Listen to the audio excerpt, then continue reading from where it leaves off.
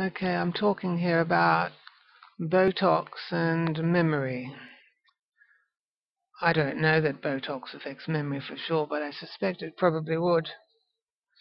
Because when I was 12 years old, in my high school library, there was a book it was a book for teenagers and about deportment and, how to look nice and whatever. It was a book about personal development for teenagers, and it said that I shouldn't have any worry lines. I shouldn't frown or have any worry lines because that will make me look older quicker. So being the vain little thing I was, I thought, well, I shan't frown anymore. I shan't crease up my forehead. I shan't crease up my forehead because that will make lines, the book said. So I didn't crease up my forehead.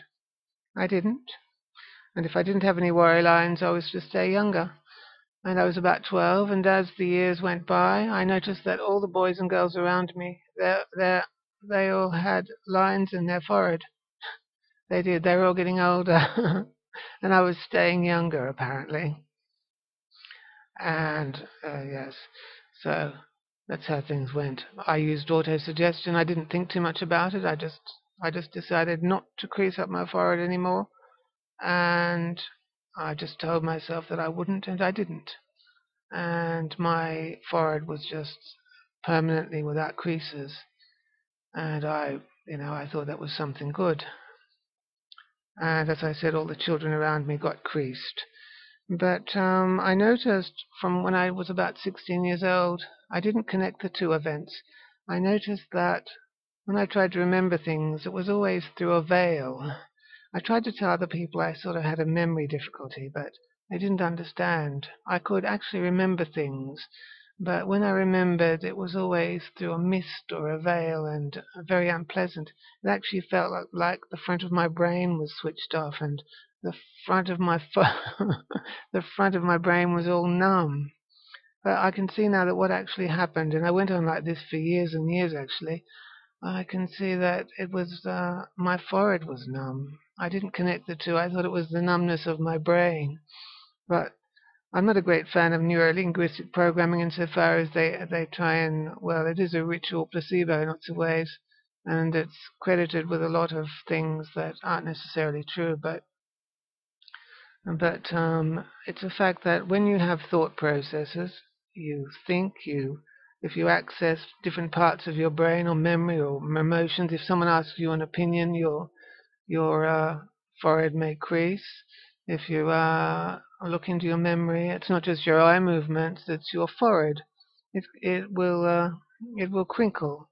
It's the same in monkeys and apes and chimpanzees. They've all got creases in their forehead. Gorillas have got creases in their forehead. It's normal to have creases in your forehead, and is correlate the word? When you're having certain thought processes, your forehead will crease up, just like when some people remember, they go like this. They close their eyes and scratch. Even chooks close their eyes, chickens that is, close their eyes. I've even seen blue-tongued lizards close their eyes when they're scratching. It's partly to protect their eyes, but it's related to thought processes and accessing your brain. I used auto-suggestion to switch off my forehead creasing mechanism, which is connected to thought processes. It's not just connected to thought processes, it's connected to communication. How we read other people's faces involves crinkling up of the forehead. And as I said, I feel it affected my memory, and everything was through a misty and numb veil. The actual front of my brain actually felt numb, benumbed. It did. So I'm convinced that if you have Botox injected in your forehead so that you don't crease up your forehead, you're probably going to have some sort of memory impairment. I haven't heard of any research related to Botoxing foreheads and memory impairment, but it wouldn't surprise me.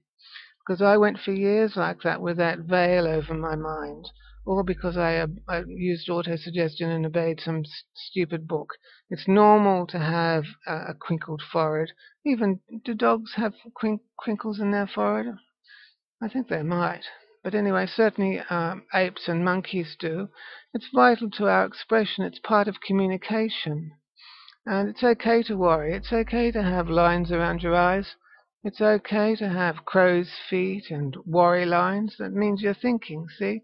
If you're thinking about something, it could be a sign of wisdom. Now, we know Hollywood stars, we know that producers have been complaining that Botoxed Hollywood stars aren't capable of much expression. They're actually cursing and complaining that Hollywood stars, who are trying to look young and trying to not get old, they've been having difficulty showing expression because their faces are frozen, as was mine. My forehead was frozen. Yes, and it's essential to communication. It is. And I'm wondering how memory is affected. We've got to be able to read other people's communication.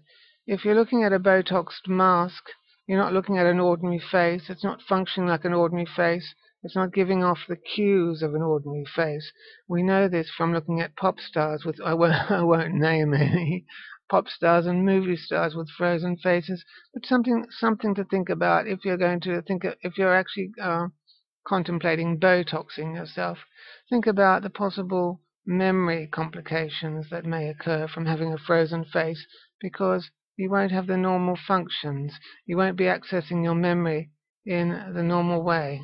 That's as far as I'm concerned. I feel much better now that I can crease up my forehead. I've been doing it for years now, creasing up my forehead like a normal person. You're meant to have lines in your forehead. You're meant to. They're not. They're not. It's not. There's nothing wrong with having lines in your forehead. It's perfectly all right. It's perfectly normal. It's a sign of aging. It's a sign of wisdom. It's a sign of being a human. It's just normal. You're meant to. Chimpanzees do it too, so why not you? See ya.